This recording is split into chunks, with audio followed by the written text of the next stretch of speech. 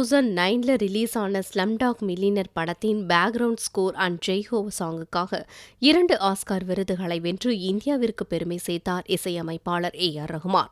இப்ப Pele birth of a legend படத்தின் மியூசிக்காக ஏ.ஆர். ரஹ்மான் பேர் லிஸ்ட்ல இருக்காம். All the best Rahman G.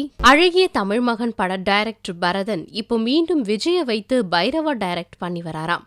வேகமா வளர்ந்து வந்த பட ஷூட்டிங் முடிஞ்சு போஸ்ட் ப்ரொடக்ஷன் படுஜோரா நடந்து வருதாம்.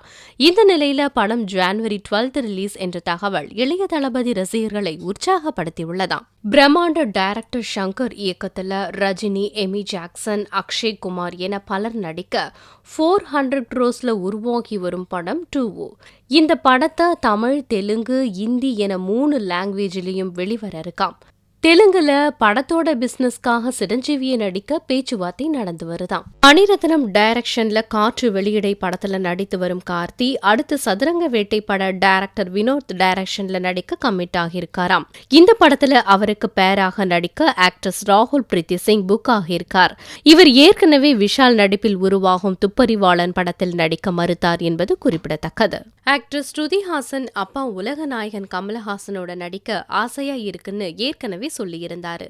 இந்த நிலையில அப்பா இயக்கி தயாரித்து வரும் சபாஷ் நாயுடு படத்தில் நடிக்கும் எக்ஸ்பீரியன்ஸ் எப்படின்னு கேட்டா அப்பா டைரக்ஷன்ல நடிக்கிறது கொஞ்சம் பயமாகத்தான் இருந்தது என்கிறார் ஸ்ருதி ஹாசன். 1950 60 வரை லீடிங் ஹீரோயினாக தமிழ், தெலுங்கு இண்டஸ்ட்ரியில ஒரு கலக்குனவங்க ஆக்ட்ரஸ் சாவித்ரி.